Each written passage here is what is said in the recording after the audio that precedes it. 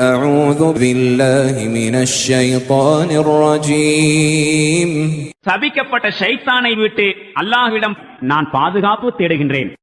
ألم نخلقكم من ماء مهين.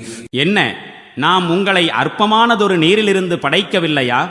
فجعلناه في قرار مكين. மேலும் ஒரு குறிப்பிட்ட காலம் வரை إلى قدر معلوم. அதனை பாதுகாப்பான ஓர் இடத்தில் வைக்கவில்லையா?